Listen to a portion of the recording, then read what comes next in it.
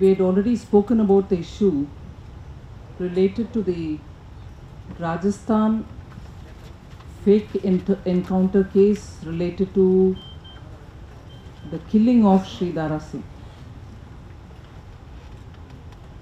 2 days ago, the BJP spoke about it both in Jaipur and in Delhi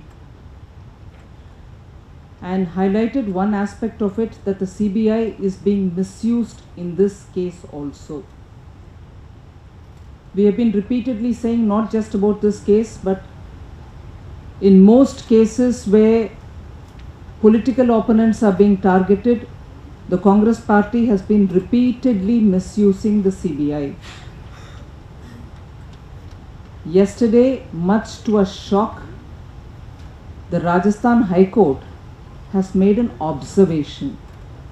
I underline, we all understand it is just an observation, but nevertheless an observation. It's not a verdict. An observation in such sharp focus, putting the CBI as an organization which is being repeatedly misused, and that there is no faith left in them.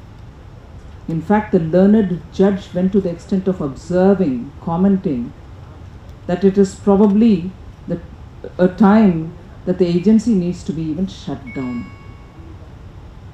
They are observations, but by a learned judge. The political observations that we have been making, comments we are making from the BJP, criticisms that we are putting forward have been repeatedly felt by even many other parties, many regional parties also. The Congress party at the center has been repeatedly using the CBI to pressure political opponents to gain support in the parliament when they want support for vote of confidence motions, passing finance bills, and when the opposition geraws the ruling party, the Congress party, they put pressure on the political smaller parties and draw their support. I would like to elaborate a bit on the Rajasthan instance. I know the matter is sub judice. We are not commenting on any process of the law or the judiciary. But the facts of certain conduct of the CBI in this context will have to be highlighted. We are doing it with definite consideration of facts being in the court, and we are not trying to interfere at all with the process of the court. But nevertheless, the CBI has been handling the affairs in such shocking state, with a tendency to please its political masters, both at the center and in Rajasthan. I'll just trace the case of the history of this case. The encounter took place in October 2006. The Rajasthan police filed its FIR in 2006 itself. The Rajasthan police again filed a charge sheet sometime late 2006, early 2007. In none of this, Rathod's name finds a place. Rajasthan police did not have his name in it. Subsequently, the CBI was handed over this case sometime in 2008. The CBI also filed its first charge sheet, did not put Rajendra Rathod's name as an accused even then. In all these above cases, the instances that I've cited, there was no evidence found to support an argument to have his name put as an accused. No evidence found. Then CBI supplementary charge sheet is filed recently, a couple of days ago, 5th April 2012, in which for the first time they introduced the name of Rajendra Rathod as an accused. Let me also add to this list that I've narrated just now, the 2 petitions filed by the widow of Dara Singh. There was a protest petition that she had filed in 2008, I think. You can correct and check the dates, in a local court. And subsequently she filed a writ petition in the Rajasthan High Court too. Even in those petitions, Rathod's name finds no place. Suddenly now, 6th April 2012, Rajendra Rathod's name appears as an accused in the supplementary charge sheet of this CBI. How come only now? And all this while they've been saying we are not able to find evidence, and therefore it never appeared in the Rajasthan police's FIR or charge sheet, and subsequently even in the CBI's own first charge sheet. Nor was it even mentioned by the two petitions filed by the widow of Dara Singh.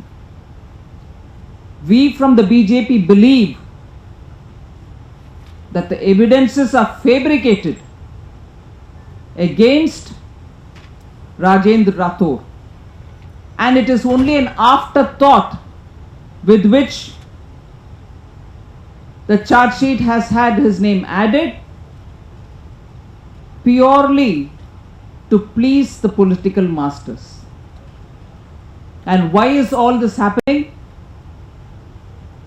We've been repeatedly saying that both UPA 1 and UPA 2 has repeatedly used CBI to oppress political masters, political opponents. Now the Rajasthan government is also doing the same. And why is it interested in doing the same? To completely mislead and distract common people of Rajasthan from the failures of the Congress government. Ashok Gehlot's government has completely failed on all counts. And every now and then, they're using one or the other such disturbing instances to divert the attention of the people. I'll just recall two major crises that Rajasthan went through. One is that Gopalgarh Masjid attack, the clash which took place around a masjid that was almost holding the state to ransom for over a whole week. And after that came Babari Devi's murder. Again the arrest was delayed, again so much of political protest took place. You saw the state was spending its time in such distraction, whether the minister will be arrested, whether the lady would get justice, and so on. Now it is a political opponent, Rathod. And in all this, we had said this earlier too, I repeat it, there is a pattern. The government is not taking any step and probably even watching clashes which are occurring between caste versus caste. Sometimes it looks remotely that they're watching and probably, wondering, let it take its own course kind of an attitude, and not clamping down on them immediately. There is also caste versus community clashes which are happening in Rajasthan, on which the state government has thoroughly failed in getting any kind of order. The divide and rule policy is dividing Rajasthan and fracturing Rajasthan, which was on a course to good progress, and Ashok Gehlot's Congress government is completely responsible for that. Ashok Gehlot's Congress government in Rajasthan is responsible for these, just as the Congress government in Maharashtra, is not answering on critical issues of how more than 10 former ministers, chief ministers and senior politicians have been named by the CAG in having appropriated for themselves and to their families such valuable lands. We don't have an answer for that. They are saying wait till the 16th of April when the CAG's report will be filed in the Maharashtra Assembly. The former Chief Minister Vilasrao Deshmukh has been indicted by the Supreme Court for the very same allotment of land based on CM's discretionary quota. Why is he still in the cabinet? I also give you one more instance of Congress party and its sitting cabinet ministers who have now been issued notices from the Supreme Court. Andhra Pradesh has 6 cabinet ministers who have been issued notices from the Supreme Court for having issued government orders or executive orders through which money or fund has been moved over to the son of the late Congress Chief Minister. Now, Congress in every state is facing issues of corruption. We are not pointing fingers, but the institutions such as the CAG or the courts are pointing fingers, issuing notices, raising them by their name. And you find that the Congress party is diverting the attention by all these kind of divide and rule politics, or brings in CAG reports where policy is being questioned in a broader context without naming anybody.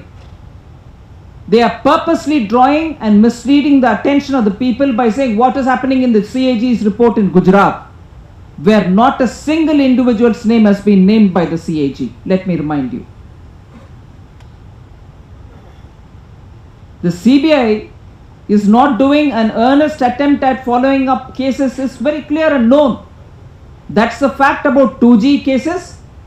Remember, not till 2 years after people and political parties in the parliament drawing the attention of the government, some leaders of the left parties had written letter to the Prime Minister. BJP has been repeatedly raising the issue in the parliament. It took nearly 2 years for even Mr. Raja to be sent for a case, sent out of the cabinet for this case.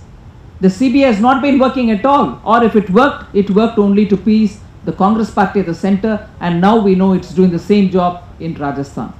We condemn this use, and the Congress party is being held responsible. We hold them responsible for misusing this organization, which today, through an observation in a court, in the court by a learned judge, has proved and vindicated the point that the BJP has been saying. All the while, CBI is being misused by the Congress. Whether it is 2G case or whether it is the case of CWG, you find them taking it easy where it suits them and aggravating action only to oppress political opponents. We want to draw your attention on this, and I think the media is doing its duty in highlighting such misuse. I wish the Rajasthan case gets its due attention. Thank you very much.